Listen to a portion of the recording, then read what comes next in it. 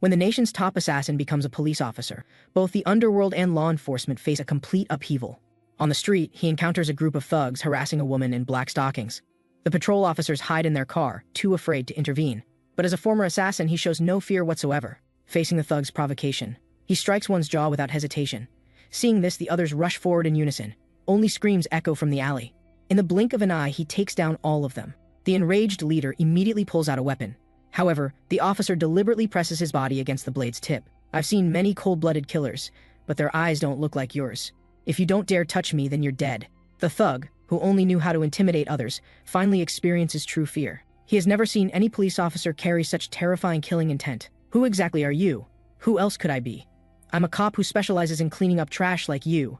1 week ago, he was still an assassin codenamed Bai Guang. This mission represents Bai Guang's final assignment as a professional killer. His superior assigns him to work alongside an assassin codenamed Maple Leaf. Just as Bai Guang prepares to inquire about the mission details, a man suddenly appears behind him, attempting a sneak attack. Fortunately, Bai Guang reacts swiftly. He grabs the chain with both hands, then delivers a devastating elbow strike to the attacker's throat. The man immediately loses his ability to fight. Bai Guang demands fiercely, "What are you doing?" It turns out the assassination target for this mission is Bai Guang himself. They intend to hold a retirement ceremony for the legendary assassin. Facing the siege of numerous elite assassins, Bai Guang charges forward with a flying knee, taking down one opponent, immediately following with a left leg kick. Then he kills another.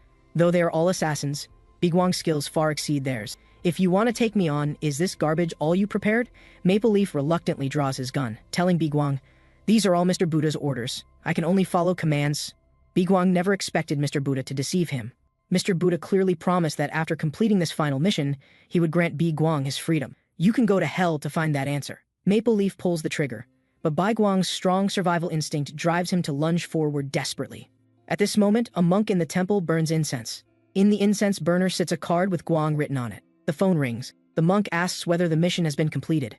However, the voice on the other end is not Maple Leaf. "You damn monk, you're at the temple now, aren't you?" The monk shows no surprise at this outcome. Naturally, a monk stays at the temple. "Bai Guang, do you think you can enter?" However, Bai Guang has already arrived at the temple gates. "If you don't dare come out, then I'll personally open this door." Numerous assassins hold weapons, watching Bai Guang with predatory eyes. The leading strongman tells him, "Mr. Buddha is preparing the ritual." Bai Guang cannot help but mock, kidnapping people, then training them as killing machines, using human lives for money. And such a person can still be called Buddha? Hearing someone dare speak ill of Mr. Buddha, the strongman raises his axe to split him in half. Bai Guang bends down and slashes open his stomach with one strike. "You bastards, get out of my way. I've been raised as a killing machine since childhood. That man took everything from me, my body, my life, and my family." Bai Guang's eyes have turned bloodshot. After eliminating all the assassins, Mr. Buddha finally comes out to meet him. "You clearly promised to let me live an ordinary person's life. Didn't we make an agreement?" Mr. Buddha responds calmly, "So I'm helping you now. People eventually leave this world. This is what ordinary people's lives should be like." After Mr. Buddha says Namo Amitabha, he directly ends Bai Guang's life with a single shot. After an unknown period, Bai Guang hears someone calling him. When he opens his eyes again, he finds himself surrounded by police officers. Moreover, a female officer addresses him as Kim Kyung-soo. Upon seeing the police officer and his reflection in the mirror, he realizes that the legendary assassin Bai Guang has somehow been reborn as a police officer after his resurrection. His colleague tells him that he attempted to end his life by hanging and has been hospitalized for a week. He also wrote down the names of seniors who frequently bullied subordinates in his suicide note. After discharge, Police Sergeant Huang Cholman and Huang Yongchan immediately confront him. "After hearing about your parents' crimes, you wanted to kill yourself, right? Since you want to die, just die quietly. How dare you write down our names to drag us down with you?" Huang Cholmin immediately raises his hand to slap him. However, Kim Kyung-soo catches his wrist. Huang Cholmin turns to ask the female officer Jo Gyung-hee kneeling nearby, "Don't you think this behavior constitutes insubordination?" Jo Gyung-hee responds, "I'm facing downward and can't see anything." Another sergeant crouches in front of her with a malicious smile. "Then let me, your senior, take care of you and personally help you up." Kim Kyung-soo curses, "A bunch of bastards.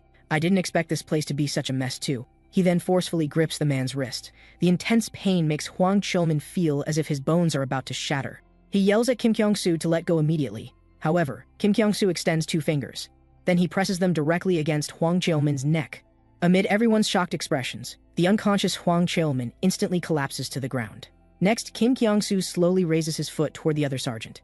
Then he stomps down hard. He targets a particularly sensitive area. The twisted expression clearly shows intense agony. However, the other bullied colleagues not only fail to thank him, but they actually accuse him of insubordination.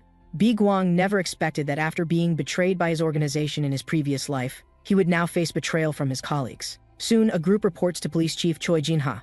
Police officers actually fighting each other, and even daring to attack seniors. Do you think public servants can't be fired? Take off your uniform and get out immediately. After leaving the office, colleagues scold him, asking if he has lost his mind. Don't you remember that those seniors' fathers are all police superintendents? Police superintendents are people we can never afford to offend, so Kim Kyung-soo, farewell. We'll always remember you. Yuguang finally understands why the assassin organization never gets caught. Their internal corruption runs this deep. Returning home, Yuguang stares at the broken hanging rope, lost in thought. Kim Kyung-soo was abandoned by both parents and organization. Ultimately, he ended his life. His fate mirrors Yuguang's exactly. Since heaven has given him a chance at rebirth, he must break this cycle of fate. That night, Yuguang visits the Western Police Station. He finds Hongjun, an old acquaintance from his previous life, who now serves as security chief. Hongjun refuses to believe that someone died and was reborn as a police officer. However, Yuguang states, "I'm not asking you to believe me, I'm threatening you, security chief. Let me handle the Huago Temple raid for you." Hongjun is shocked. How could this person know about such matters? Who exactly are you? Hongjun quietly reaches for his radio, seeking backup. However, screams fill the airwaves. Yuguang's expression gradually darkens. "I've been saying from the start, I'm not asking you, I'm genuinely threatening you." Hongjun breaks into a cold sweat and asks again, "Who are you really?" "I am Yuguang." Hongjun naturally refuses to believe this. So Yuguang reveals the agreement they made 3 years ago. At that time, Hongjun was merely a police chief investigating Huago Temple's true nature. Mr. Buddha sent Yuguang to teach him a lesson. However, Yuguang chose not to kill him. The condition was that Hongjun must capture the monk within 3 years. Hongjun asked why. "Aren't you from the same organization?" Yuguang's answer was, "I don't like monks. Because they're all bald. Now 3 years have passed and you haven't honored our agreement. But you've been promoted quite quickly these 3 years. You must have put considerable effort into flattery, so you should just die." Hongjun hastily explains, "It's not that I didn't keep my word, but that I couldn't keep it. I climbed to this position through flattery to easily gather intelligence." When Hongjun initially proposed that Mr. Buddha from Huago Temple was the leader of an assassination organization, everyone laughed. Huago Temple is a cultural heritage site. You must be reading too many comics. Just as Hongjun prepared to present additional evidence, he faced severe criticism from higher-ups. Such actions would bring divine punishment. We cannot touch such matters. After hearing this, Yuguang decides to spare him temporarily. "But this is only temporary. I'll help you so you won't die by my hand. But from now on, you must satisfy my demands." The next day, someone kicks open the police station doors. When colleagues see Kim Kyung-soo arriving, they look puzzled. "Weren't you dismissed?" Such commotion naturally alerts Police Chief Choi Jin-ha. He points at Kim Kyung-soo and shouts angrily, "Didn't I tell you never to come back? Get out of here right now." At this moment, a figure appears behind Kim Kyung-soo. Choi Jin-ha's jaw nearly drops in shock. It is the high-ranking security chief. "Sir, why would you come to our small station?" Hongjun pats Kim Kyung-soo's shoulder affectionately, saying, "I came to see where our Kyung-soo works." Choi Jin-ha begins stuttering. "What's your relationship with Patrol Officer Kim Kyung-soo?" "Patrol Officer Kim Kyung-soo could be considered my lifesaver. Please take good care of our Kyung-soo from now on." Yuguang never expected hierarchy to be so effective. Subsequently, he asks Hongjun for one final favor. At night, Mr. Buddha is striking his wooden fish. A figure silently appears at the doorway. "Who are you?" "I am a vengeful spirit drifting in this world due to resentment." Mr. Buddha pulls burning incense from the burner. He immediately shoots all of them toward the mysterious figure. The incense sticks have sharp steel needles at their bases. The mysterious figure nimbly dodges all attacks. "As a monk, how can you cause such chaos in a place serving Buddha? The owner of that mask is dead. Who exactly are you?" "I told you, I'm a vengeful spirit." The monk snaps his fingers. Several men instantly appear. "Since you're a vengeful spirit, let me help you achieve enlightenment." Yuguang immediately takes down one person. He seizes the dagger from his hand. Then with a flash of the blade, he instantly eliminates 4 assassins. The remaining men freeze in terror, that are too afraid to act. Yuguang begins mocking the monk. "Looks like you'll need to care for several more souls. But you must remember to take good care of them. Otherwise, they'll become vengeful spirits like me and come for you." The monk realizes these men are no match for him, so he orders them all to retreat. "Although I don't know who sent you, you appear to be possessed by an evil spirit. It seems I must personally exorcise you. Let me see what you look like under that mask." Yuguang quickly responds, "Let's save that for another day. I only came to say hello today. You'll naturally learn who I am later. Just keep your neck ready and wait for me." Before Yuguang finishes speaking, the monk suddenly charges forward. Just as his hand reaches the mask, smoke accompanied by explosion sounds instantly fills the entire room. It turns out to be tear gas. When the smoke clears, Yuguang has vanished. The monk crushes the mask in his hand. Then he looks at the card in the incense burner. Do vengeful spirits truly exist in this world? The next day, Security Chief Hongjun appears utterly exhausted. Yuguang asks why he looks so terrible. Hongjun responds, "It's all because of you. Not only did you injure all personnel at my station, but you also made me steal tear gas for you. I've been overwhelmed handling the aftermath for you." Yuguang responds, "Who told you not to catch that damn monk sooner?" Hongjun counters, "Everything requires evidence. Someone who kills randomly like you simply doesn't understand. Yuguang states, I only kill those who deserve death. Otherwise, you'd already be dead by my hand. Hongjun warns him, no one has the right to take another's life. Even if that person deserves death, everyone must face judgment according to society's laws. Then why hasn't that damn monk faced judgment yet? Better to let 10 criminals go free than let one innocent suffer. Yuguang has grown tired of such rhetoric. Why does everything require evidence? How about I form my own team to investigate personally? Hongjun scolds, you're just a patrol officer. What qualifications do you have to form a team? At minimum, you'd need to reach the rank of guard. Upon hearing this, Yuguang immediately shows interest. Looks like I need to work hard for a quick promotion. Returning to the police station, he asks Yuguang how to achieve rapid promotion. Yuguang explains, first, you need 1 year of service, then take the promotion exam. Advancing from patrol officer to guard takes at least 10 years. Even with security chief Hongjun's backing, you still need to go through the examination process. However, there's one special circumstance. If you apprehend a major criminal, you can receive a special promotion. Before Yuguang finishes speaking, Kim Kyung-soo, who was just in front of her, disappears in the blink of an eye. At this moment, he has arrived at the night's busiest street. This area not only teems with various illegal transactions, but frequently witnesses fights and brawls. Yuguang in his police uniform stands out conspicuously on the street. Having spent a lifetime as an assassin without formal education, achieving special promotion through criminal apprehension seems like an excellent choice. Among the national population, 1 in 3 people has a criminal record. Although this includes those with minor violations, the number of people who have committed crimes remains remarkably high. Currently, Yuguang seeks not merely minor offenders but major criminals. After patrolling the area, he finally identifies a target that could facilitate his rapid promotion. Such behavior constitutes a serious crime. Suddenly, the bar music stops. A long-haired man asks everyone, why isn't anyone dancing? Did you all overuse your backs last night? A beautiful woman below responds, as long as you can open champagne, we guarantee we'll have fun. The long-haired man shows a wicked smile. Since you really want it, then open your mouths wide, my ladies. He then produces a stack of patches. Are you handsome guys suffering from back pain? You all need to catch these. Let's spend a passionate night together. At this moment, a discordant voice appears. Passionate my ass. You'd better come with me for some hot prison food. These items are strictly prohibited contraband. Upon hearing contraband, everyone's expressions change immediately. The exposed long-haired man becomes furious. Who exactly are you? Yuguang removes his jacket, revealing his uniform underneath. Why don't you guess? Seeing a police officer, the long-haired man immediately turns and flees toward the back door. However, the back door has been locked from outside. The people outside have also been cleared out by Yuguang. The long-haired man's group now has no escape route. Soon, they discover only one police officer pursuing them. You came out here alone, didn't you? So what? The long-haired man shows an evil smile. Coming here alone. Today I'll make sure you never return. The suited man beside him produces a red patch from his jacket. He then applies the patch to his neck. The next second, his body shows bulging veins. The man howls toward the sky like a madman. Yuguang charges forward and punches him directly. You two are celebrating too early. The fallen man begins clutching his nose in agonizing screams. Yuguang states, that's more appropriate. You should only scream when it hurts. The following scene proves extremely brutal. The long-haired man becomes paralyzed with fear on the ground. He begins begging the police officer for mercy. If you spare me, I'll give you whatever you want. However, Yuguang responds, I only want a quick promotion. The next day, news reports cover a criminal gang's arrest by police. Yuguang receives a special promotion to sergeant rank. Just as Hongjun prepares to criticize him, this arrest method was too inhumane. Yuguang produces an item. It appears wrapped tightly in leaves. I found this contraband in their vault. Hongjun shows great shock. You actually took evidence out privately? Yuguang opens the leaves, saying, seeing this, doesn't it remind you of anything? The legendary November Phoenix, commonly known as Shitnix. At this moment, a man wearing a cock mask holds red patches. The person with 2 patches stuck on him kneels on the ground, constantly begging for mercy. It turns out Yuguang's captured criminal team belongs to his jurisdiction. The boss currently punishes him for this incident.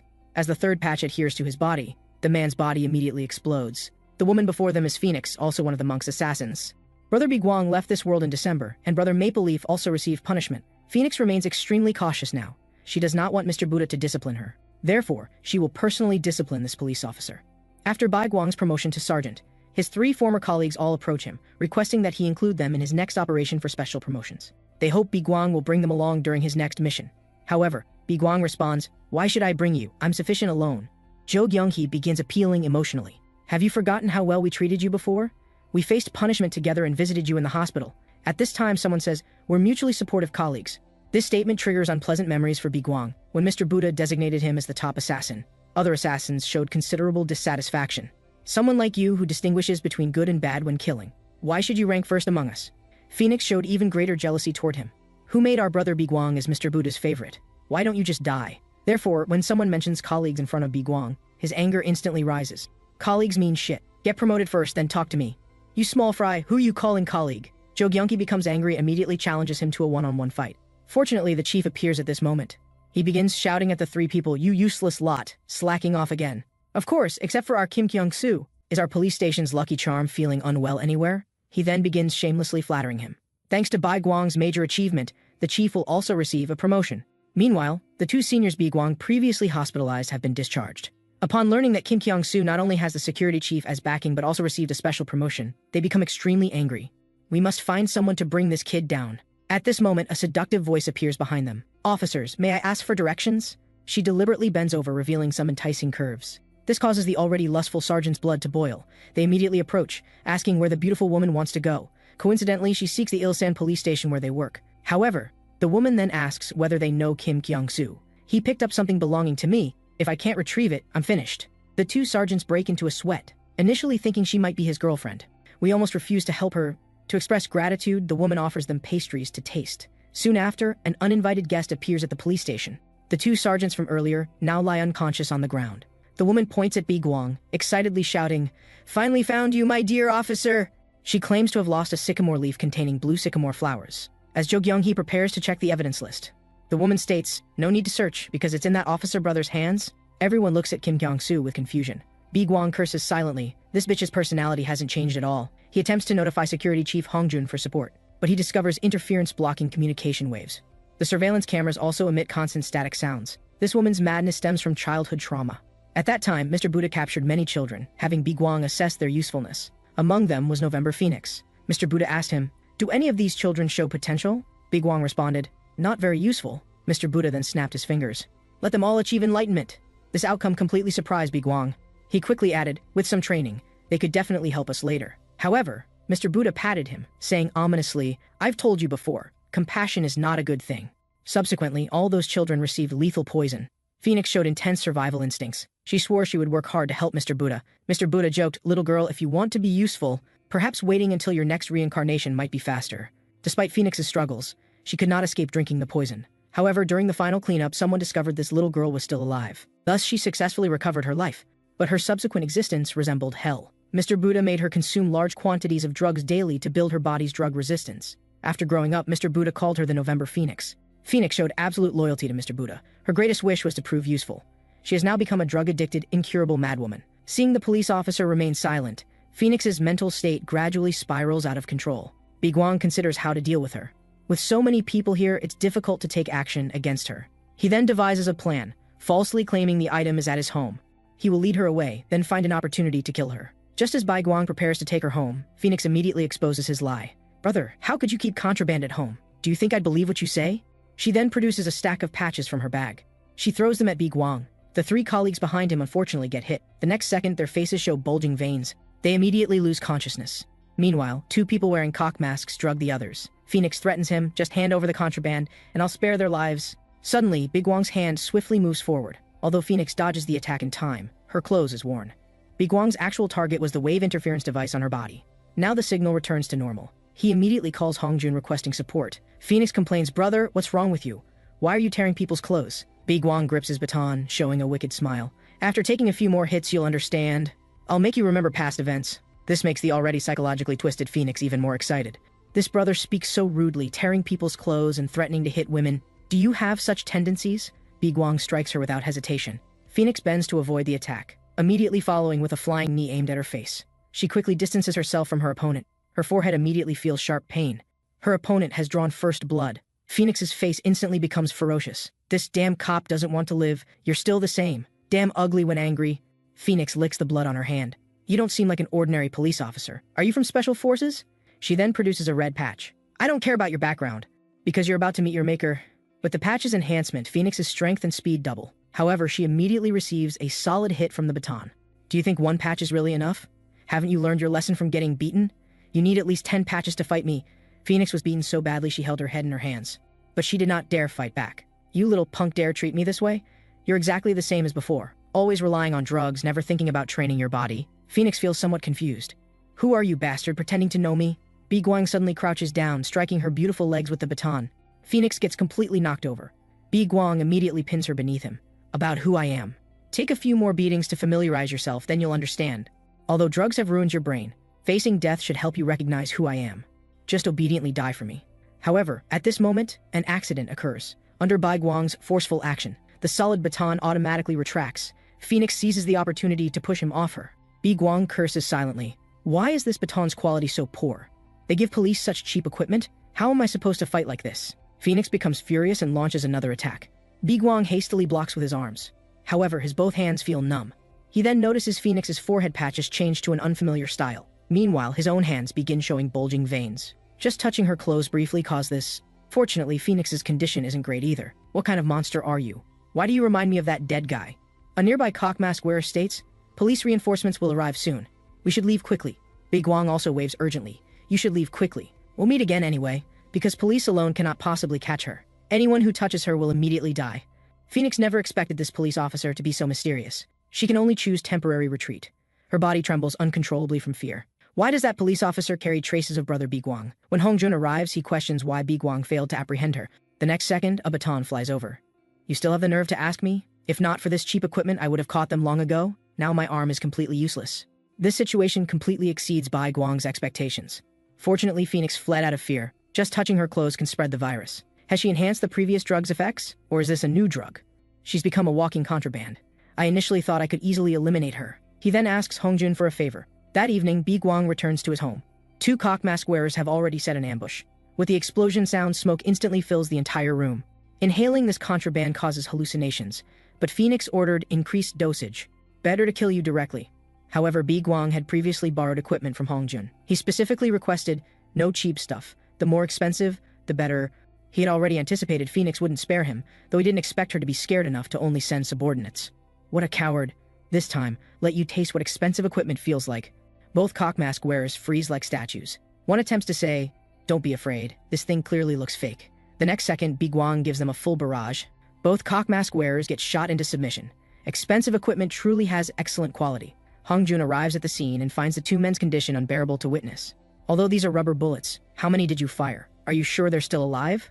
Bi Guang responds, they have suicide capsules under their tongues that must be removed first. At this moment, Hongjun finally believes he truly is Bi Guang. Have you been doubting me all along? Then why did you lend me equipment? I figured I'd been deceived. Who could believe someone would be reborn? However, from the contraband to this Phoenix case, I'm now 99% convinced you are Bi Guang. The remaining 1% doubt exists because, if you really are Bi Guang, why not directly find that monk and eliminate him? Bi Guang responds, didn't you say evidence is required? That's our stance as police officers, but from your perspective, direct elimination would be the first choice. Bi Guang explains, the entire nation regards that monk as a living Mr. Buddha reincarnation. If I eliminate him directly, what do you think people would do to commemorate him? Moreover, this matter isn't as simple as just eliminating him. Their world is more complex than you imagine. Are there other organizations besides Huaguo Temple? Bi Guang responds, other organizations have nothing to do with me. I only want that monk to face complete disgrace. I won't let others follow my path in life. Hongjun suddenly extends his hand. I'll help you capture that monk together. This truly surprises Bi Guang. What? You'll help me? Obviously I'm helping you, not letting you die by my hand. If you want to stay alive, do what I ask you to do well. Finally, one more thing. It's not that I don't want to eliminate him, but I currently lack that capability. At this moment, Phoenix desperately begs for mercy. Upon learning she lost drugs and stormed the police station without permission, Mr. Buddha becomes extremely angry. You are insane. Have you eaten too many drugs and damaged your brain too? Who gave you the courage to cause chaos at the police station? This time you'll obediently accept punishment. Phoenix crawls outward like a dog, desperately trying to escape. Someone nearby mocks, look at how you're crying. You beggar look really ugly. Phoenix starts to ask, why is Lespede's brother here? When another person appears. Of course Mr. Buddha called us here. How did this bitch Cherry Blossom also come? At this time, Mr. Buddha addresses everyone. Since you've all gathered, the ceremony to eliminate November Phoenix begins now. Due to Phoenix losing contraband and acting without authorization, Mr. Buddha decides to personally help her ascend to enlightenment. Phoenix frantically begs for mercy. I will definitely help you retrieve the lost drugs. However, Mr. Buddha says, no need. I've already sent someone to retrieve that item. He then asks everyone, any opinions about handling Phoenix? Lespede's brother responds, of course eliminate her. How can such a detestable bitch exist who relies on drugs for strength? March Cherry Blossom also agrees, although reluctant, the expert world is so cruel and heartless. According to majority opinion, Mr. Buddha announces formal exorcism proceedings. Phoenix finally realizes he intends to kill her. Therefore, she summoned these people who dislike her. Subsequently, Cherry Blossom presents Mr. Buddha's favorite weapon. I have no use for useless people. Namo Amitabha, as the trigger is pulled. Phoenix hastily states, I've developed a new drug 5 times stronger than current contraband. Moreover, it's difficult to detect during security checks. Mr. Buddha slowly lowers his weapon. How much have you produced? Where are the distribution points? Approximately 10 kilograms. I've already contacted distribution points in several neighboring countries. Please give me half a year. I will definitely become useful to you. Mr. Buddha responds, due to your stupid actions causing me significant losses, I'm only giving you 3 months to prove yourself. Thus, Phoenix recovers her life again. At this moment, Hongjun has already discovered that there is a mole connected within the police force. Those contraband items have mysteriously vanished. Bai Guang shows no concern about this. When we catch that bitch Phoenix, we can just take them back then. Handle the internal police matters yourself. Also, didn't you mention the Huago Temple Task Force before? When will they start working? Hongjun's expression immediately turns extremely grim. Actually, they have all been sacrificed. Bi Guang's sandbag-sized fist immediately swings up. You little brat dare to lie and deceive me. I see you don't want to live anymore. Hongjun hurriedly says, why don't you personally form a team? Didn't you say before that you need to be promoted to guard to form a team? With me as security chief backing you up, who dares to oppose? However, Bi Guang's the first to raise his hand in opposition. I'm already used to acting alone. Hongjun explains that all police officers are organized. Acting alone will face many restrictions. Moreover, this is an order I'm giving you as security chief. You must act in teams. If I form a team myself, I'll be under too much surveillance. The risk and burden are too great. However, Bi Guang says, don't you dare order me around. I want you to personally beg me. Hongjun has no choice but to swallow his pride, saying, please, I beg you to form a team. Afterwards, Bi Guang tells those 3 colleagues about the team formation. A sergeant can actually form a team, truly worthy of having connections. When Yuguang asks who the team members are, Bi Guang actually says, of course it's you. You're the only ones in the police station with lower ranks than me. Everyone is instantly moved to tears, so you do have us in your heart after all. Is this what friendship between colleagues feels like? We'll definitely work our hardest. However, Bai Guang says, who told you we're colleagues? Don't you have any self-awareness? Listen up, all of you. I only need people who obey quietly. Our relationship isn't colleagues. From now on, you're all my slaves. If I tell you to die, go die immediately. If I tell you to live, then live obediently. If you understand, immediately call me master and let me hear it, then I'll agree to let you be my team members. Before this, Hongjun showed him the detailed files of these 3 people. The one with lots of hair is called Huang Hejun. He's proficient in boxing, Muay Thai, and Taekwondo, though he looks like he has strong combat ability. But he failed the exam 4 times, a typical case of strong limbs but simple mind. At this moment, he still thinks Bi Guang is asking them to call him director. Others look at him like looking at an idiot. It's not director, it's master. The balding one next to him is called Lee Songyun. He's proficient in another martial art, like Brazilian Jiu-Jitsu and Judo. But on the day of the interview, he was directly scared to tears. He's a super coward. Now hearing Bi Guang asking them to call him master, those useless tears flow out again. The last woman is called Jo Gyongki. She doesn't know any martial arts. Her physical fitness test was also last place. Among the police, she's the weakest existence. But she got first place in the written exam. First place in the interview too. So her IQ is very high. She's especially good at reading people's expressions and flattering. Therefore, she's the first to step forward and actively call Bi Guang master. This weekend, the oddball trio called out looks completely confused. Bai Guang proposes to play a role-playing game with them. My identity is a vicious criminal. I'll give you 5 minutes to warm up, then attack together and subdue me. Huang Hejun obviously hasn't realized the seriousness of the problem. Is 3 against 1 really okay? What if master gets injured? Bi Guang instantly looks at them with murderous intent. Now there are 4 minutes of preparation time left. Then the other 3 crouch on the ground to discuss tactics. Has that bastard Kim Kyung-soo gone crazy? Gyeonggi, didn't you call him master? Whatever, he can't hear us anyway. However, Bi Guang says I can hear everything, scaring them to quickly change and call him master. Jo Gyongki, as the intelligence leader, she has Huang Hejun charge up first, using footwork to attract the opponent's attention. Then Lee Songyun takes advantage of the opening to use grappling techniques to lock him down. Though the plan is perfect, but when they see Bi Guang take off his shirt, revealing his 8-pack abs, the 3 can't help but break into a cold sweat. When did this guy become a real man?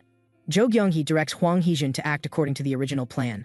Then he starts doing tap dance on the spot. You idiot! You need to go in front of him. However, the next second, Huang Hejun is directly punched and sent flying back. Bi Guang is speechless about these people. Are you joking with me? Is this your performance when facing criminals? Jo Gyongki hurriedly tells Lee Songyun to charge up. However, he's scared and turns to run away.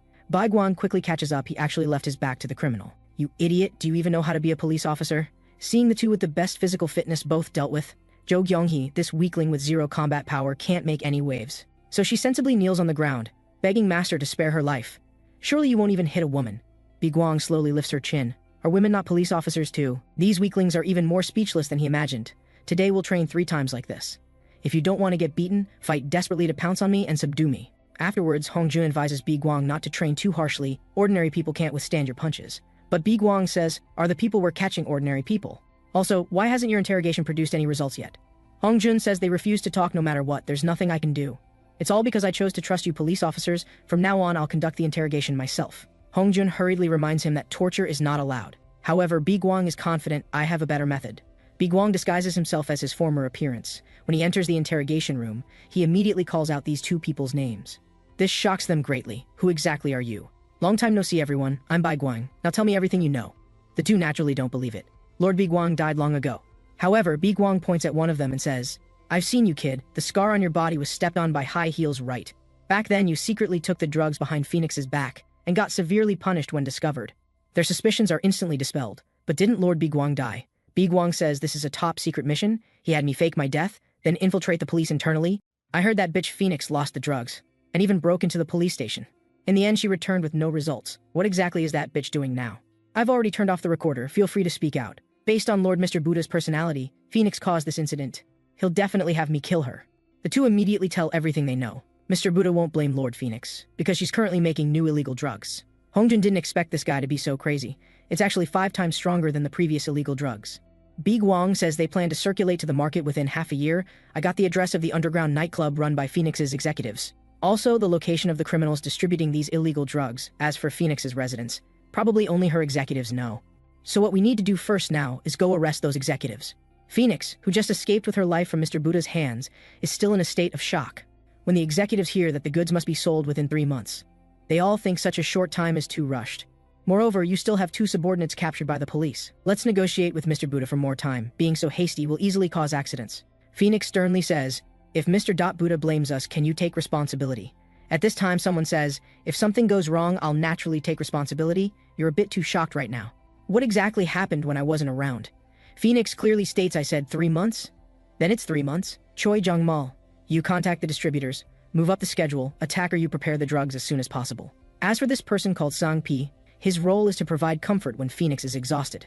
At this time, the oddball trio is completely exhausted under Biguang's training. Kyungsu, are you going too far, actually using this method to train us? Didn't you say you'd do anything?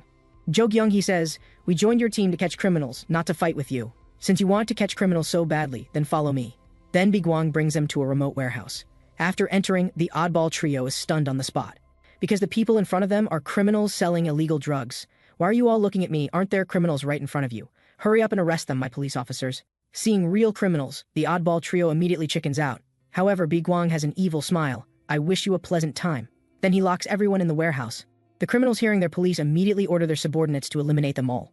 Hwang Heejun and Lee Sungyeon are immediately scared to the point of losing control of their bowels. Jo Kyung-hee comforts them to stay calm. Even if we can't fight, we won't die. No matter how trash Kyung-soo is, he won't watch us die. Now let's show that bastard Kim Kyung-soo that we're also police officers. Biguang is satisfied with her performance, not only high IQ but also quick reactions. But the disadvantage is she can't help it all in action. He has Hwang Heejun lead the charge, give the opponent a show of strength. Didn't expect him to charge straight into the guy's fist. However, what the two didn't expect, Hwang Heejun took a punch and actually says it doesn't hurt at all. This guy's fist compared to Kim Kyung-soo's is like cotton. He must be used to getting beaten by Kyung-soo. Now he feels his body is especially durable. Then he calls Lee Sung-yeon to join in. These guys' attacks are like tickling. Just then, someone behind takes an iron rod preparing to sneak attack. At the critical moment, the always cowardly Lee Sung-yeon finally acts. Biguang is pleased seeing their morale rise. These two might be useful with some training.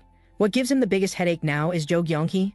This guy only has verbal skills. Seeing his minions can't even handle 2 police officers, the boss finally can't sit still. He takes off his shirt, revealing a body full of muscles. Hwang Heejun and Lee Sung-yeon are instantly scared into cold sweats. The two appear very small under the opponent's powerful aura, and once suppressed by the aura, not only will their bodies tremble involuntarily, the pain they feel will also be super amplified. After the boss deals with these 2 male officers, the remaining Jo Kyung-hee immediately kneels on the ground, begging for mercy. As long as she can spare her life, she can satisfy any of his demands. Biguang thought this guy was completely hopeless. Who knew she actually took advantage of the boss's inattention to pull out a taser, directly stabbing it toward his dick. However, the boss's resistance to attacks is very strong. He lifts his leg and kicks hard toward Jo Kyung-hee's face. Fortunately, Biguang at the side finally acts. He kicks the boss flying, then turns around with an elbow strike, hitting hard on the face. In less than 2.5 seconds, he knocks him unconscious. Now you know how useless you are. Take the drugs on the table and leave here immediately. Jo Kyung-hee still wants to arrest these people. Biguang says someone will come handle it. Bringing you 3 burdens along will only make things more troublesome when we encounter them. Not long after, Phoenix's subordinate, the executive in charge of drug production Choi Jang-mal, arrives here. The boss just wants to beg for mercy. Choi Jang-mal uses both hands to pry open his mouth, actually tears off his jaw alive. At this time, the minion beside reminds him to look behind. A card is stuck on the table. Choi Jungmal's expression instantly freezes, because the owner of this card is Bi Guang. Bi Guang hands the confiscated illegal drugs to Hong Jun and reminds him that the sweet plan against Phoenix can officially begin. Before the operation starts, Hong Jun says he wants to introduce someone to him. She's the team leader participating in this plan, Police Commissioner Kim A-young.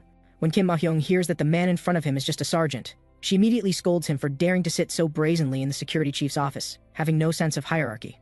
Then steps on Bi Guang's thigh, commanding him to stand up immediately. Bi Guang not only isn't angry but says stand it up. Kim Ah-young is confused. What does stand it up mean? Bi Guang explains anyway. I don't want to move. Why don't you help me stand it up? Kim Ah-young has never seen someone act like a rogue toward him before. I'll make you stand it up right now. Kim Ah-young quickly pulls her leg back. Bi Guang thought she wanted to use a kicking attack. However, she lifts his leg high up. It turns out she wants to use Brazilian Jiu-Jitsu to lock his head. People from the SWAT team are indeed extraordinary. This is much stronger than those three idiots. Kim Ah-young is even more shocked. This guy actually perfectly dodged all her attacks. Then she changes tactics, directly pouncing with his whole body. But what greets her is Bi Guang's sandbag-sized fist. Kim Ah-young, hit by a punch, weakly lies on his thigh. Bi Guang starts mocking. Didn't you say you'd help me stand it up? Why are you lying down yourself? Kim Ah-young's anger instantly spikes. He starts frantically attacking Bi Guang. However, not only does she not touch a single hair on Bi Guang, but gets teased with nice body. Hong Jun sighs quietly on the side, after the two finish their tussle. He starts arranging the plan to eliminate Phoenix, based on the information Bi Guang brought. Phoenix's top executives meet at the underground nightclub every weekend of the month, when you'll lead your respective teams to attack together. Kim Ah-young questions the authenticity of this information. Has it been verified? Hong Jun says this was obtained through personal interrogation by Sergeant Kim Kyung-soo. Kim Ah-young is even more suspicious. What a joke. They wouldn't talk no matter how we interrogated them before. Bi Guang innocently says, I got the information for you, you should thank me. Kim Ah-young is obviously deliberately trying to find fault with him. Just shut up. Unless I hear it personally, I won't believe it. Let me reinterrogate them. Hong Jun decisively refuses, because those two captured criminals are already dead. Bi Guang quickly guesses it must be Mr. Buddha who had them killed. Didn't expect the security at this police station to be so poor.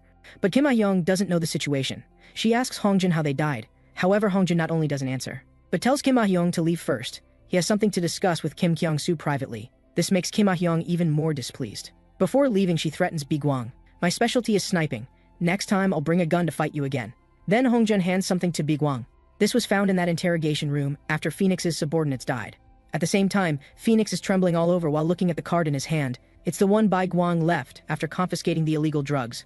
The executives originally wanted to tell Mr. Buddha about this, but Phoenix immediately refuses. Bi Guang clearly already died. Mr. Buddha will definitely scold me for talking nonsense. But why would the police have Bi Guang's card? Could that guy really have been Bi Guang? Could I also escape from Mr. Buddha like him and save my life? The scene of Mr. Buddha pointing a gun at her is still vivid in memory. Phoenix's heart is extremely conflicted. This completely affects how her next plan should develop. Under constant conflict, Phoenix completely loses control. The executives hurriedly have someone call Lord Sang-Pi over. Sang-Pi is a drug-making expert. She specially made illegal drugs for Phoenix that can make people feel euphoric. After relaxing, Phoenix tells her subordinates to proceed according to the original plan. However, the subordinates think this is too dangerous. The police already have their intelligence. Phoenix has Sang-Pi let them try it too.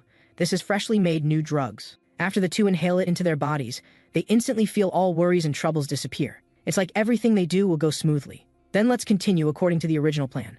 At this time, Bi Guang is very angry. The oddball trio now only has the one who can't fight left. The other two found excuses to lie in the hospital and dare not come out. Bi Guang just wants to scold them, but changes his words to say this is pretty good. Jo Gyung-hee still thinks with only her left she can rest. However, Bi Guang suddenly grabs her tightly. Those two not coming is perfect. We can have a private secret class. Because her body looks like trash. Not only low muscle content but also no flexibility. Completely unsuitable for field combat. If she goes on a mission, she'll probably be the first to die. Bi Guang initially wondered how this kind of person could be a police officer. Later he learned this woman has extremely high IQ. She knows all the restaurant phone numbers in the city by heart. She is called a human food delivery app. Therefore, Bi Guang plans to give up on her physical shortcomings and fully develop her intellectual advantages. Then takes out a 3-section staff, saying to Jo Gyung-hee, when this staff contracts and shortens, treat it as a blade weapon. When it extends, treat it as a shield weapon. Next, I'll personally train you hands-on. If you don't want to die gloriously on a mission, you better pay attention. When Hwang Heejun and Lee Song-yun arrive, they're completely stunned. Bi Guang is naked, and he is pressing Jo Gyung-hee underneath him. The latter is obviously completely limp. Jo Gyung-hee says with tears in her eyes, it's really too intense. Bi Guang enthusiastically invites them, want to know what happened. It'll be your turn soon. From then on, Bi Guang subjects them to inhumane training. Half a month later, the plan to execute the elimination operation against Phoenix officially begins. This period is like a nightmare for the other trio. They never want to experience that kind of thing again. But what makes them curious is what important mission actually requires working with the SWAT team. Moreover, Kim Kyung-soo actually dares to speak so rudely to the SWAT team leader. What exactly does this guy do? At this time, SWAT team's Kim Ah-hyung gestures for them to stop. A cellar entrance appears in front of them, with two perverted men wearing cock masks at the entrance. Kim Ah-hyung rushes up without a word, swinging the rifle butt to kill one. Another minion hurriedly pulls out a dagger. Kim Ah-hyung kicks directly hitting the opponent's jaw. The sharp operation leaves the oddball trio dumbfounded. Then Kim Ah-hyung picks up the radio saying the guards have been dealt with by me, prepare to begin the operation. Yuguang turns to the trio saying let's go in too. Unexpectedly, Kim Ah-hyung refuses. You stay here and guard, don't enter without my orders. Mere ordinary police officers dare to execute missions with the SWAT team. This statement completely hurts Jo Kyung-hee's self-esteem. She's about to speak back but gets scolded by Kim Ah-hyung. A small patrol officer dares to talk back to me. If not for the security chief's orders, I wouldn't agree to let you follow. Now don't come and interfere with our mission execution. What Kim Ah-hyung doesn't expect is that this time Yuguang is unusually obedient. Then you SWAT team go in by yourselves. If something goes wrong, we're not responsible. If Kim Ah-hyung knew that Yuguang deliberately let her go in first, she'd definitely be furious enough to kill him. Because when they break down the door and rush in, they discover the scene in front of them completely doesn't match the dynamic music. People are swaying left and right in the dance hall like zombies. At this time, Phoenix's subordinates have been waiting for them for a long time. Dear nightclub member friends, hello, there are currently uninvited guests inside the nightclub trying to disrupt our party. Whoever can subdue these people and bring them over. One head can be exchanged for 1 month of free drug usage vouchers. Everyone instantly goes crazy and pounces over. Where has Kim Ah-hyung seen such a scene? This is exactly like zombies in apocalypse movies. She hurriedly orders to raise shields to block attacks. The operation to eliminate Phoenix officially begins. At this rate, the SWAT team will quickly be scattered. Executive Dong Chul sighs calmly on the side. Anyway, you can't shoot randomly. At this time, Kim Ah-hyung orders everyone to put on gas masks, then throws a tear gas grenade into the crowd. But she still miscalculates. This group of people has already fallen into a state of complete madness. Tear gas has no effect at all. Dong Chul arranges for subordinates to transfer all the drugs out through the back door. Just then, footsteps are heard from the entrance. Kim Ah-hyung discovers it's Yuguang, just about to scold him for disobeying orders and entering without permission. Yuguang steps on her head. Using Kim Ah-hyung as a springboard, he leaps up and charges toward Dong Chul. As a figure quickly flashes by, Dong Chul's body is already hit by countless knife wounds. Then Yuguang presses him against the wall. He takes out a dagger and directly pierces through both his hands. I'll spare your life. Just stay obediently on the wall. After speaking, Yuguang walks toward the interior of the club. Kim Ah-hyung leads the SWAT team, and with great effort finally knocks down all the addicts. However, only a dagger remains on the wall. Dong Chul actually forcibly pulled his hands out. Kim Ah-hyung pulls out his pistol, ordering him to surrender immediately. Dong Chul says, nice to meet you, my junior. I'm your senior. Kim Ah-hyung immediately orders to start shooting. The other trio outside hears gunshots from inside and is very displeased. Since you won't let us in, why did you bring us here? The private secret classes before made us suffer so much. At this time, a huge figure appears behind them. What are you rookie police officers doing here? The three are scared and immediately retreat. Jo Kyung-hee directly pulls out the taser and shoots. However, the opponent catches the chain with 100,000 volts with bare hands. This leaves the oddball trio completely stunned. The big guy says it's quite stimulating but far from Lord Phoenix's level. At this moment, Dong Chul is hiding behind a table, resisting the SWAT team's shooting. Because police normally can only use rubber bullets, they have no lethal power at all. Having no choice, Kim Ah-hyung orders to switch to live ammunition. She again advises Dong Chul to surrender quickly. Otherwise, under live ammunition attack, he'll definitely die. However, Dong Chul says, might as well die. If caught by you guys, won't I be unable to use illegal drugs for the rest of my life? When I was on missions with the SWAT team before, I accidentally touched illegal drugs. My life changed from then on. I used my position to search for higher quality illegal drugs, but this made my body develop huge drug resistance, making me unable to get satisfaction from any illegal drugs. Fortunately, when I was most miserable, I met Lord Phoenix. She's the behind-the-scenes boss of the local largest drug trafficking organization. Phoenix hands the blue lollipop in his mouth to Dong Chul. This is made with the purest ingredients. Want to try licking it? Dong Chul just lightly tastes it. It instantly reminds him of running in the sunset that day. That was his lost youth. This small lollipop brings him unprecedented impact.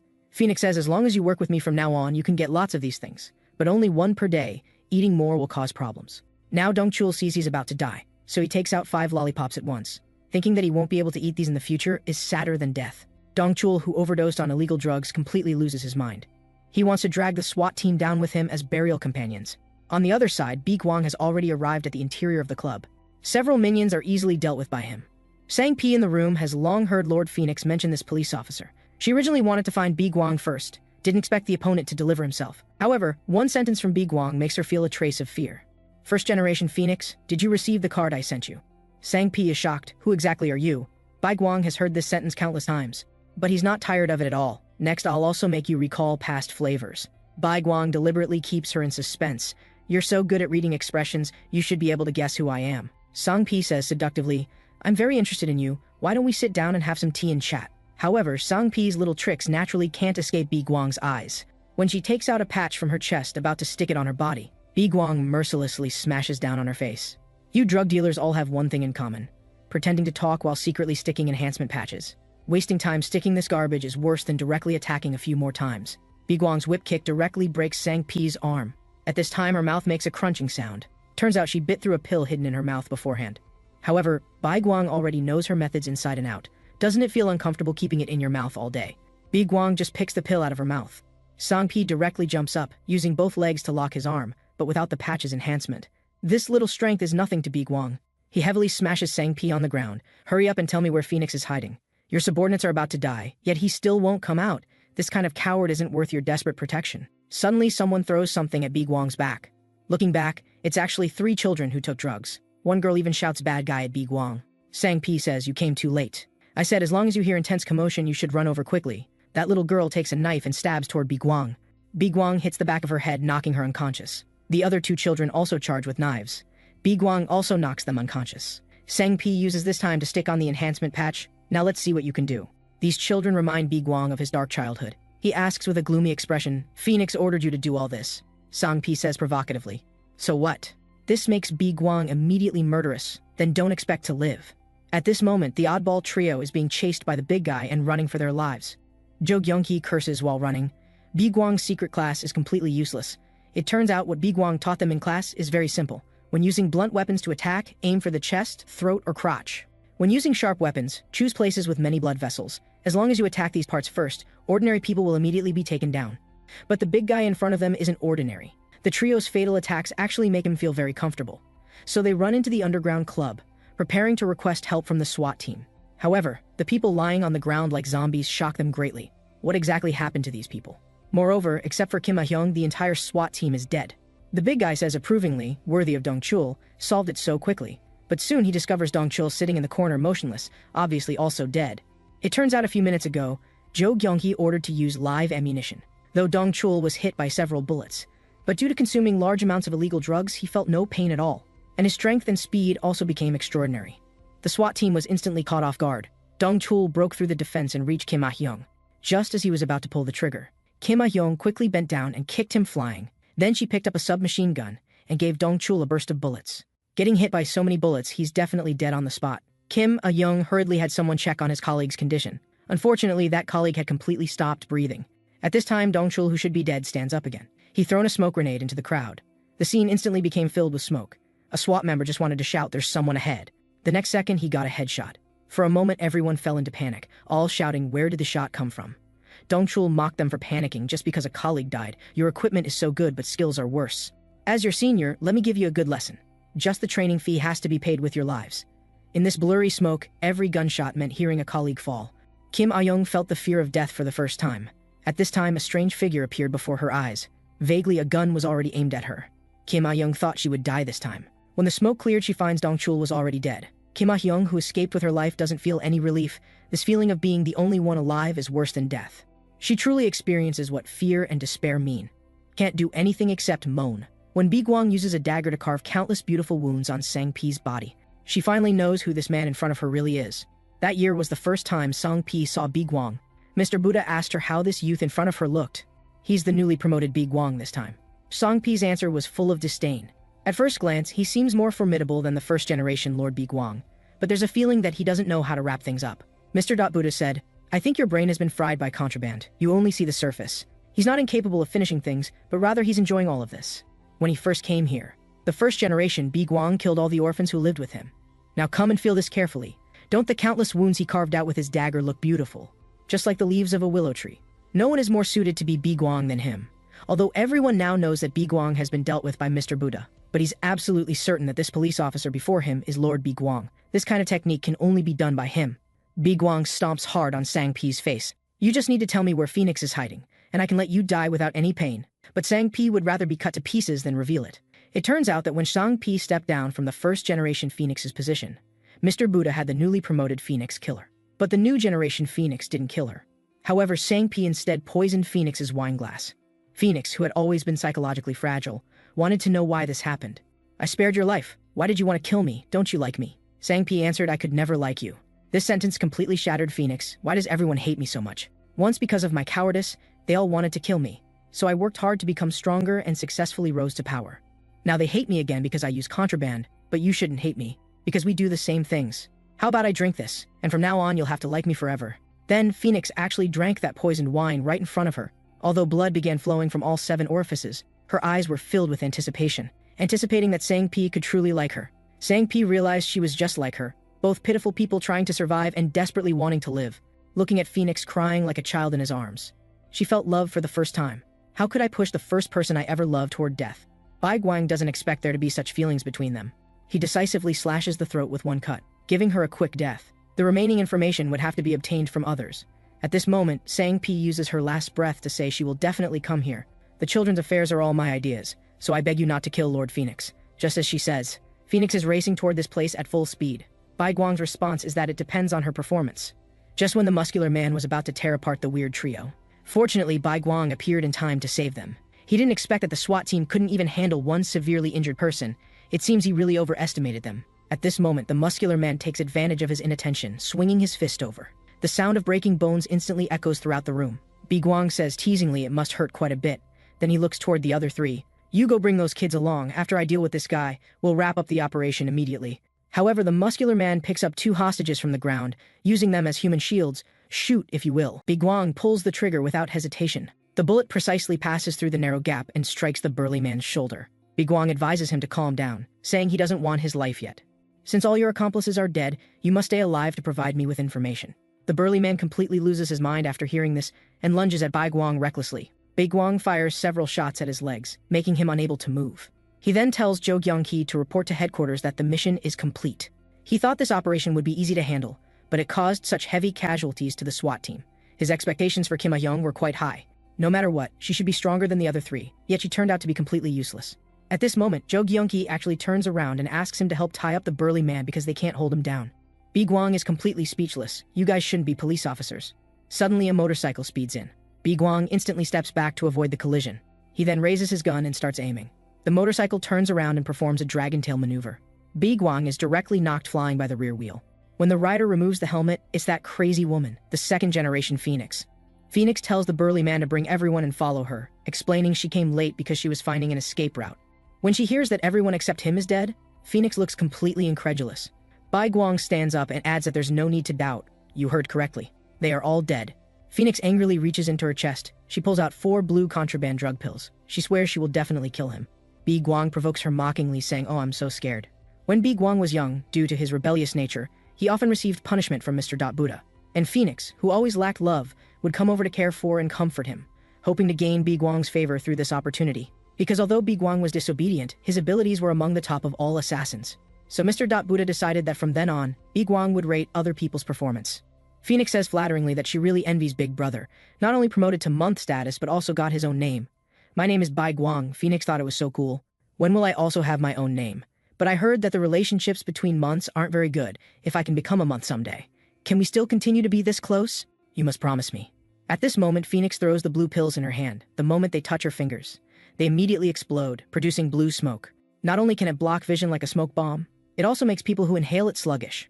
Yuguang narrowly dodges Phoenix's motorcycle collision. Phoenix turns around and mocks him for being like a coward who only runs away. But Yuguang doesn't fall for this. He runs toward the stairs. You think I can't chase you once you reach the 2nd floor? He runs. She chases. But Phoenix finds herself unable to fly, because the ground is covered with the corpses of her subordinates. Yuguang provokes her to come over. Phoenix grips the brake and revs the engine to maximum. Then she performs several stylish drifts and double boosts, perfectly avoiding everyone. But now the police officer is nowhere to be seen. It turns out Yuguang hid on the ceiling while she was driving, with a comment of "Nice driving skills, young man." Phoenix's neck is instantly locked tight. Her body is also clamped by Yuguang's legs, unable to move. She reaches for the throttle, trying to shake Yuguang off by accelerating. However, Yuguang releases his legs because Phoenix isn't wearing a safety helmet. Even if they both fall, Phoenix will be more easily injured. Yuguang nearly breaks his tailbone. He swears he'll never do this again. Phoenix fares even worse. With blood all over her face, she snarls and asks who he really is. Because of your appearance, all my plans have been disrupted. Biguang responds that she was very obedient as a child, so how can she blame everything on him now? Phoenix naturally doesn't understand what he's talking about. Who are you exactly? Biguang, I am Biguang. Phoenix finally calms down. What nonsense are you talking about? Biguang tells her to turn herself in now, saying he originally planned to kill her. But since she's in charge of Mr. Buddha's financial system, she has the transaction records the police need. They asked him to spare her for now. As long as she surrenders and exposes that monk's true face, he agrees to spare her life. Phoenix suddenly starts laughing maniacally. So Big Brother Biguang actually has a disciple, and he's even a police officer. I know better than you whether I have disciples or not. After you became a monk, you investigated me extensively. Every time I went on missions, you sent people to follow me. Don't think I don't know. In Huago Temple, only we two hate that monk. So why do you protect him? Phoenix screams for him to shut up. Biguang is already dead. Mr. Buddha pointed at your corpse and warned me that if I don't obey, this will be my fate too. There's one more thing Biguang apparently never told his disciple. That is, compared to Mr. Buddha, the person I hate most is actually Biguang. Phoenix's face is covered with patches as she prepares to fight Biguang to the death. Biguang kicks her in the abdomen, but unexpectedly there are blue pills hidden in her clothes. The area immediately explodes, releasing dense toxic smoke. Phoenix, who inhales it, feels unusually excited. Not only are her strength and speed greatly enhanced, her back doesn't hurt, her legs don't ache, and she has energy to walk. For a moment, Biguang is no match for her. This euphoric feeling brings Phoenix to the peak of pleasure, and her mood reaches unprecedented joy. However, soon her vision becomes extremely distorted. Contraband drugs ultimately harm both others and oneself. Phoenix, who loses the drug support, becomes extremely weak, as if her entire body has been hollowed out. At this moment, she discovers that Biguang is standing there completely unharmed. It turns out everything just now was a hallucination produced by the contraband drugs. Not only do they fail to change reality, they actually make things worse. But Phoenix has already lost herself. She clearly remembers that she had won. This can't be reality, I need to take more drugs. At this moment, one sentence from Biguang makes her sober up. Phoenix, you're truly ugly. Please stop while you can. Phoenix cannot accept that someone calls her ugly, so she pulls out a stack of patches and charges forward frantically. Biguang swipes away her patches with his hand. Phoenix, who has lost her reason, is about to pick them up. Biguang raises his fist high and smashes it hard on her head. Go turn yourself in quickly and stop showing such an ugly appearance. The severe pain finally makes Phoenix sober up, and hearing Biguang tell her to surrender, she says she'd rather be killed than do that. Compared to death, I'm more afraid of Mr. Buddha's punishment. Biguang explains that Shang-Pi requested this so he can't kill her. Phoenix says if you're really Big Brother Biguang, you wouldn't kill Shang-Pi at all. He knows as much intelligence as I do. That's because Shang-Pi targets children. Judging by your reaction, you seem unaware. It's good that you don't know. Otherwise, I would kill you along with him right away. You don't need to be so afraid of that monk, because he's my next target. Phoenix is stunned at first. Then she can't help but laugh loudly. You actually want to kill Mr. Buddha. Brother Biguang was also killed by Mr. Buddha. Do you think you can kill him? From childhood, I suffered inhuman abuse and training. So the injuries on my body had already penetrated to the bone, and although this allowed me to quickly become stronger, the body is ultimately a consumable, and injuries accumulate. Finally, during a sweep mission, my body completely collapsed. That time I was severely injured, you should remember it clearly too. But the body I've obtained now is different. As a police officer, he has strong physical fitness and wasn't abused as a child, so his internal structure is also excellent. Once I familiarize myself with this body, and practice well, I can definitely kill that monk. Phoenix's heart is extremely shocked. Could you really be Big Brother Biguang? Of course I am. Make your own decision. Either surrender or die here. Meanwhile, the oddball trio is waiting for the rescue team to arrive. Yuguang notices that the burly man is bleeding heavily, so she wants to give him first aid. The burly man threatens that if she dares touch him, he'll kill her. But Yuguang still chooses to bandage his wounds, though the burly man's gaze suddenly looks to the side. Then, trembling all over, he tells Yuguang to take out the patches and put them on him. Seeing Yuguang remain unmoved, he roars to hurry up and put them on him. Those are contraband drugs, why should I put them on you? At this moment, two strange men appear at the door. You're right, those drugs like contraband. Only weak trash would touch them. These two muscle men are Mr. Buddha's subordinates, the Lespedeza brothers, who share month rank with Phoenix. They mock the burly man Choi Jang-mal, asking how he became such a wreck. Your thick arm has almost been worn down to a thin needle. We previously sent you to kill that contraband dealer. Did you forget your mission? Before touching contraband drugs, Choi Jang-mal was also a muscle man like them. That day he was ordered to come and eliminate Phoenix. However, upon seeing Phoenix for the first time, he was deeply captivated. Phoenix said that compared to killing her, there's something here that can make you feel even better. Want to enjoy it together. The Lespedeza brothers hate women most, and the younger brother scolds him for being bewitched by a woman into this pathetic state. I've told you countless times to stay away from women, then the older brother corrects that women aren't the problem. The problem is that woman is a contraband dealer. The younger brother retorts that women are definitely problematic. They're too weak and don't train their upper bodies at all. The older brother responds that they do train their legs and hips well. Choi Jang-mal asks why they're here. The Lespedeza brothers answer that they came to kill that contraband dealer. Where is she now? At this moment, Yuguang is carrying the injured Phoenix on his back, because she has agreed to surrender. Phoenix says that carrying her like this reminds her of the past. Do you remember when we first met? At that time, Mr. Buddha brought Phoenix before Yuguang. He's the only child who passed the test this time. From now on, you two will be partners working together. Guide him more. However, Yuguang soon discovered Phoenix's secret. With such weak abilities, she couldn't possibly have passed the test. Phoenix confessed that she had hidden in the pile of corpses, and when she opened her eyes again, only she was still alive. Please don't tell Mr. Buddha about this. As long as you command me, I'm willing to do anything. I just want to live. Seeing Phoenix's strong will to survive, Yuguang promised not to tell. Because when I passed the test, I had already made up my mind. I will never let my partner lose her life. Phoenix suddenly extends her pinky finger. Can you keep this promise? Mom said that once you make a pinky promise, you must keep your word. Will you make a pinky promise with me? However, Mr. Buddha still learned about this. After that came Phoenix's painful experience of being force-fed poison. This completely turned her into a monster surviving on contraband drugs. Phoenix says she knows he couldn't keep the promise.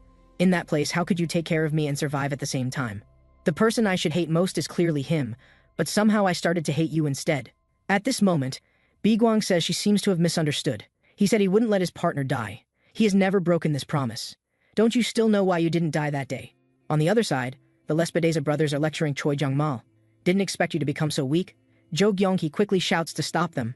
The two raise their shields and charge forward. At this moment, another muscle man blocks their path. His thick leg kicks both of them flying with one strike. Don't rush. Wait until we finish dealing with the traitor, then it's your turn. Choi Jang-mal takes out a patch to fight back. The younger brother says disappointedly that he once valued him so much. Didn't expect you to still use drugs in the end. Go ahead and put it on. Let me see what good this shortcut does for you. Choi Jang-mal puts the patch on his neck, not afraid of what harm the drug might bring. I'm only afraid of disappointing Phoenix. However, the next second, Choi Jang-mal's head is directly blown off by a punch. You are really pathetic. Now it's you police officer's turn. The Lespedeza brothers' faces suddenly become extremely excited. Almost misjudge them, looking carefully. Several of you look quite delicious. The Lespedeza brothers' hobby is actually eating people, and the younger brother never likes eating women. Although these police officers wear many clothes, he can tell at a glance that their bodies are well trained. The younger brother points at Hwang Hee-jun and asks what sports he's done. Boxing for how many years? More than 10 years? Jo Gyeong-hee desperately curses. Are you an idiot? Why are you answering everything? The younger brother is very satisfied and claps. Your body is great, I really like it. Then he turns to ask Lee Sung-yoon, but Jo Gyeong-hee quickly shouts not to answer. Why are you talking to these two lunatics? At this moment, the older brother seems to have discovered new prey. Looking carefully, that woman is also super great. Jo Gyeong-hee is scared and quickly says no. But the person he's talking about is SWAT officer Kim Ah-young. Then the older brother instantly charges at her. Jo Gyeong-hee wants to stop him, but discovers that Hwang Hee-jun is also being pinned down by that pervert. The Lespedeza brothers simultaneously put on blindfolds and open their gaping maws. Now I'm going to start enjoying slowly. On the other side, when Phoenix hears Yuguang say that she didn't die because of him, she says it was clearly because she developed immunity to the drugs. Yuguang explains that when he was training her, he reached a conclusion that she had no talent for combat at all. No matter how he trained her, she would eventually be abandoned by that monk. Until one day, the previous Yuguang found him and said he had a way to save that little girl, because he knew what the execution poison was made of. As long as she slowly absorbed it from now on, and developed immunity, she could survive later. Just like that, the two generations of Yuguang made a private deal. Later, Yuguang often brought food containing poison to Phoenix, so that her body would develop resistance to the drugs. That's how she survived from that monk's hands. But Phoenix doesn't believe this is true. Yuguang asks if she remembers suddenly having an allergic reaction as a child. That was a side effect during the immunity development process. Phoenix asks why he didn't tell her before. If I had told you and you accidentally let it slip, we would both be dead. When that monk learned that your immunity was even stronger than the first Phoenix, he planned to use more toxic drugs to cultivate you as the second Phoenix. So I planned to find an opportunity to escape with you. However, when I went to your room, I found contraband drugs everywhere. Having just used drugs, you said this place is paradise. There's no better place than this. Then you opened your arms and said, Big brother, let's do something fun together. Phoenix, changed by the drugs, seemed like a different person. Yuguang began to regret not letting her die in the first place. At this moment, Phoenix asks why he didn't escape by himself that day. Yuguang says he doesn't know. Suddenly a scream comes from outside. Phoenix immediately recognizes Choi Jang-mal's voice. She shouts for them to stop hurting Choi Jang-mal. However, the next second, both are shocked by the scene before them. The Lespedeza brothers are like hunting dogs tearing at Kim Ah-young and Hwang Hee-jun. The two with blindfolds have blood and flesh in their mouths, clearly having completely lost their humanity. This pair of Lespedeza brothers with abnormally developed muscles were actually skinny as children. One brother had congenital lower limb atrophy, the other had upper limb muscle weakness. Precisely because of their physical defects, the old monk chose to abandon them. All eliminated children were locked in one room to starve to death. However, the brothers weren't willing to die so miserably, so they determined to change their fate through their own efforts. They had to undergo high-intensity training every day. Other children became the brothers' nutritional supplements. Months later, when the old monk came to clear the corpses, he was surprised to find that these two brothers had survived and even overcome their congenital limb disabilities. When they grew up, the brother with weak upper limbs gained broad shoulders, and the brother with lower limb atrophy got legs as thick as an elephant's.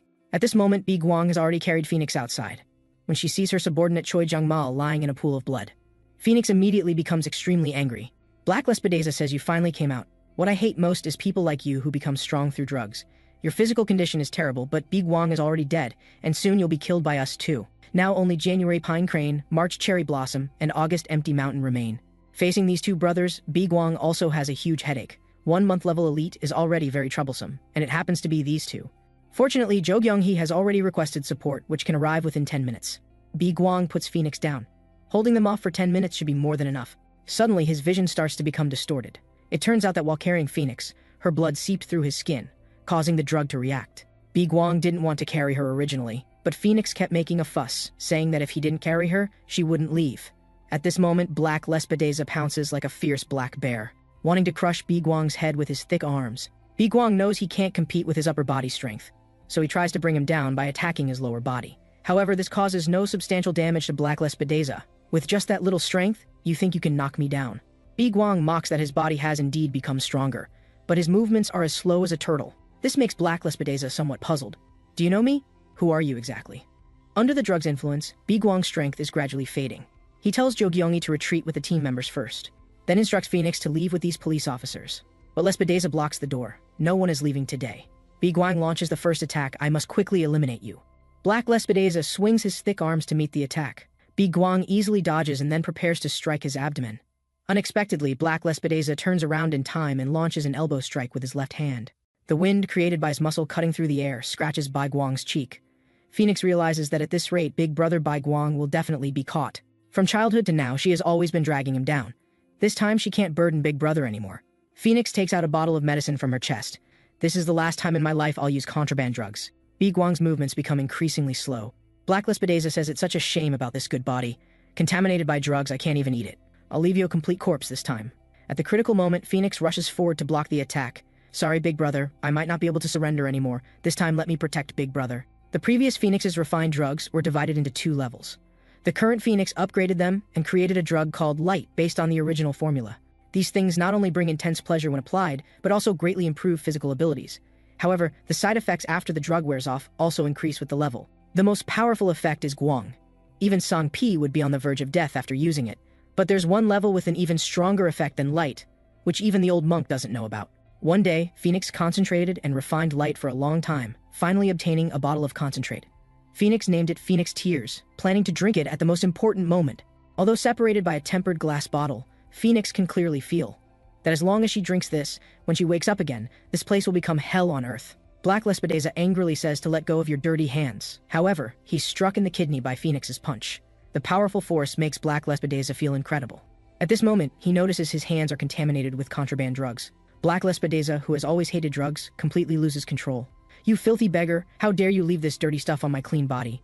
Phoenix and Yuguang are secretly discussing something. Black Lespedeza asks what they're talking about. Phoenix deliberately provokes him. "Worthy of being a drug dealer, even with the drug taking effect, you can last this long." Black Lespedeza beats his chest and says, "Take back those words. I'm clearly holding on through willpower." Then he quickly charges at Phoenix, landing a heavy punch directly to her abdomen. "I rely completely on myself. Go die, you filthy drug dealer."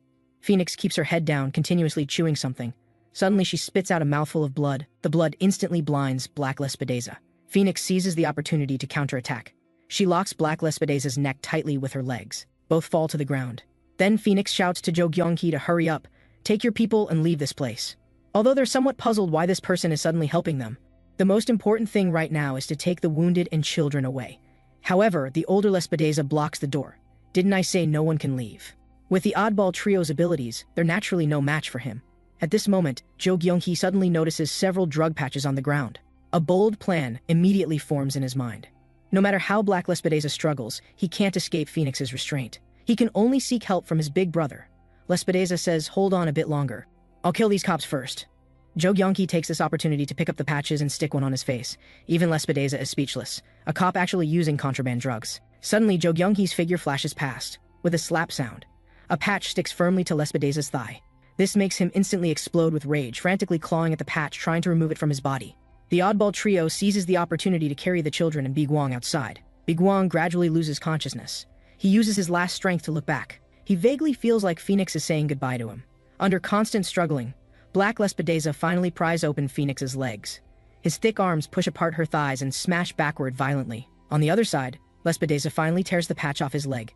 He swears to dismember that orange-haired police officer. Just as he's about to chase outside, suddenly there's an explosion, producing large amounts of blue smoke. All of you stay here and settle this with me. This is my last time taking drugs, so let's die together. We're all drug dealers anyway. That night, Yuguang found Phoenix in panic because he had killed someone for the first time. That feeling was like losing something most important. Phoenix knew he was forced to kill the first Yuguang and officially promoted to month. Yuguang asked Phoenix if she had ever killed anyone. If you ever kill someone someday, promise me you must never change. Phoenix didn't know why he said this, but big brother Yuguang would never harm her. After becoming month, Yuguang completed every mission to eliminate assassins excellently. But all missions to kill ordinary people failed, so he endured various punishments from Mr. Buddha. Fortunately, his abilities were the strongest among assassins, so Mr. Buddha kept him alive. However, after Phoenix became month, she changed to please Mr. Buddha. She made many people addicted to contraband drugs, plunging them into endless despair. Phoenix, who broke her promise, felt no guilt because she believed Yuguang also didn't keep his word. But the truth was different. Yuguang had always been keeping his promise. Phoenix had harmed many people right in front of him, and she had always hated him in her heart. But he wasn't like what she imagined. He hadn't betrayed her. Big brother Yuguang had always been trying to keep her alive. Phoenix ignores the severe pain in her body and keeps questioning herself why she became like this. It's the contraband drugs. Contraband drugs are the most vicious things. They make you unrecognizable. I heard that people who committed crimes in previous lives, after living as insects or livestock to cleanse their sins, can be reborn as humans. Big brother Yuguang maintained his humanity's bottom line, so he reincarnated as a human. Then my next life should be as an insect or livestock, or perhaps reliving that hell-like temple again. Seeing Phoenix lying on the ground barely alive, the Lespedeza brothers think she's finally about to die. However, Phoenix suddenly reaches out to ask them for drugs. The brothers are almost amused, on the verge of death and still thinking about drugs. Do you want to taste contraband drugs one last time before dying? As long as you take back saying we're also drug dealers, I'll put a few on you as travel money for the afterlife. Just as Phoenix is about to give in for the contraband drugs, she suddenly remembers the promise she made with Yuguang. You must never change. Phoenix, whose mind was clouded by contraband drugs, instantly regains her clarity. She raises her middle finger and curses. You two beggars, stop pretending to be clean. You're just like me. Phoenix tells herself she must stay sober. If I can, go to those people I've ruined while clear-headed, sincerely apologize to them, repent for my mistakes, and then die.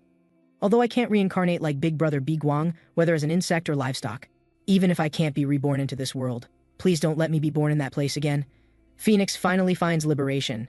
The Lespedeza brothers don't understand what her last words mean.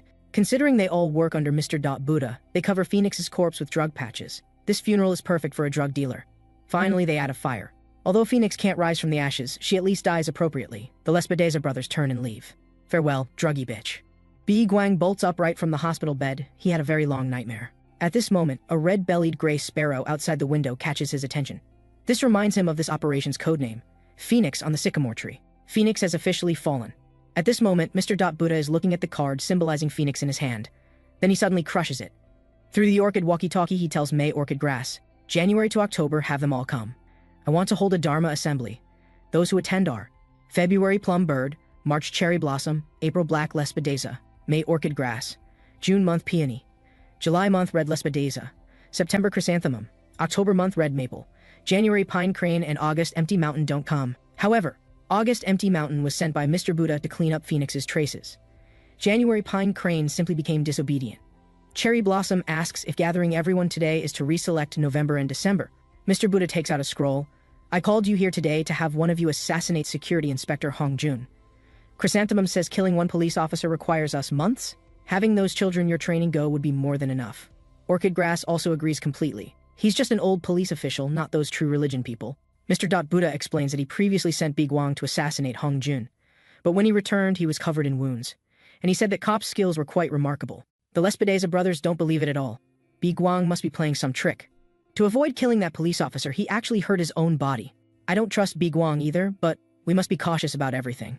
Although he didn't kill him then, he stopped investigating us afterward. Now this guy has started tracking us again. So we must truly understand his abilities and see if he's really that remarkable. So who is willing to kill him? At this moment, Hongjun suddenly feels a chill. He finds Yuguang and tells him Phoenix is dead. Yuguang appears very calm. She should have been kept alive for interrogation, so how did she die? Hongjun also says that after this mission, Kim Ah-hyung, Hwang Hee-jun, and Lee Sung-yun all submitted their resignations.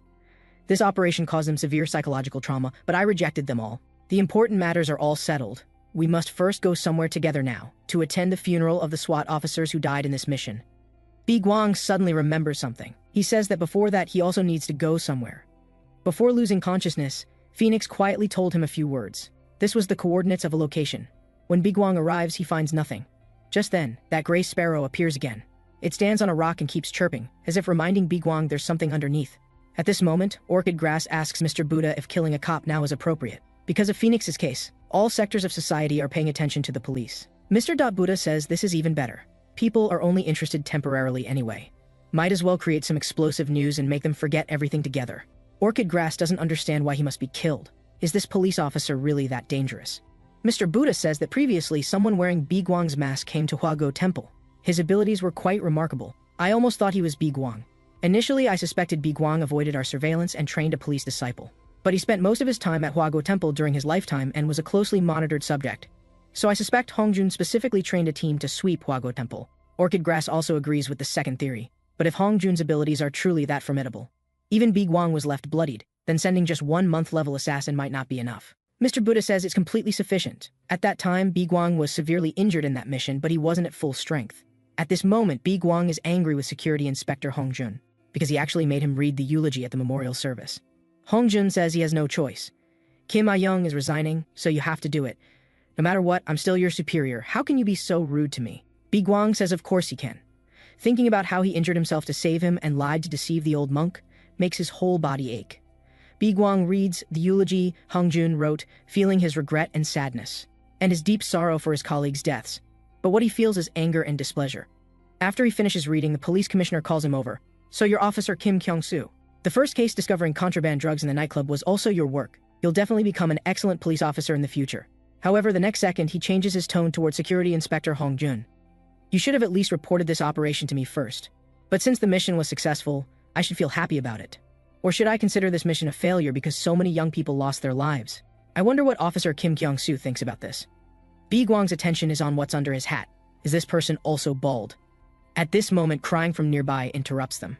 Seeing the victims' families crying in grief, Yuguang finally understands why he feels bad. That is, after his own death, no one felt sad. This new life is no different from when he was an assassin. Suddenly, the host's words make his face change dramatically. Next, please welcome our country's intangible cultural heritage, the abbot of Huago Temple, Master Lu He. When Yuguang was still an assassin, he was closer to Mr. Buddha than anyone. But this is his first time witnessing Mr. Buddha's external activities, digging into others' pain and manipulating their emotions. This is what Mr. Buddha excels at most. His demeanor makes people trust him unconditionally. No one would believe he's the controller of the largest criminal organization behind the scenes. Yuguang feels fear and determines to expose all of that monk's evil deeds. Let him fall into the abyss, then eliminate him. After the memorial service ends, the police chief approaches Yuguang once again. It's a pleasure to meet you, and I look forward to your next performance. I originally wanted to buy you something expensive, but our relationship doesn't allow it. On your way back, there's a vending machine. Go buy yourself a coffee. This person's inexplicable behavior leaves Yuguang completely bewildered. After returning, he tells Hongjun that he has discovered Phoenix's hideout. Beneath the rock where the gray sparrow stands, there's a door leading underground. Inside, there's Phoenix's diary, along with their member information. However, it's not particularly detailed, just slightly more content than what he already knew. More importantly than this, I have something more crucial to discuss with you. From now on, I need to live at your house with you. Hongjun immediately protests that this is impossible. Yuguang pulls something out of his pocket. Surely this doesn't make it impossible either? Hongjun's face instantly turns pale with shock. This is clearly bribery. It turns out this gold bar was something Yuguang discovered at Phoenix's hideout, and there are more than 30 others below. Hongjun protests that it's not just me living at home, I have a daughter too. Yuguang responds that this makes it even more necessary for them to live together. Up until now, you've been able to avoid assassination attempts because of my lies. But now that you're the operations commander for the Phoenix case, you probably can't avoid them anymore. They won't just try to assassinate you. They'll likely eliminate your daughter as well. Hong Jun can only agree to his proposal. When Jo Gyung-hee hears that Kim A-young and the others have all resigned, she immediately declares not to worry. I won't resign even if it kills me. However, Bi-gwang actually hopes that the weakest among them would resign. Jo Gyung-hee asks him whether there was any mention of promotions or salary increases. Bi-gwang responds that he's been promoted too quickly, so the higher-ups aren't considering it for now. However, I heard that the patrol officers participating in the operation might get promoted. Jo Gyung-hee suddenly calls out Bi-gwang's name directly. Then we'll be friends from now on, right? Once I get promoted, I'll be at the same level as you. Bi-gwang adds that he forgot to mention something. You've been excluded from this promotion list because you used contraband while executing your mission. Jo Gyung-hee explains that he had no choice in the matter. What absolute nonsense about having no choice. I heard you were constantly looking for contraband even in the hospital. I heard you'll also face disciplinary action. However, your mentality is quite interesting. You actually dare to consider yourself my friend despite the rank difference. After you're discharged from the hospital, I'll be waiting for you. Now there's no need to worry about Jo Gyung-hee anymore. Hwang Hee-jin and Lee Song-yen can just beat him up and bring him over. That leaves only Kim Ah-young. When Kim Ah-young sees Bi-gwang's face through the door crack, her entire body instantly goes limp with terror and collapses to the ground.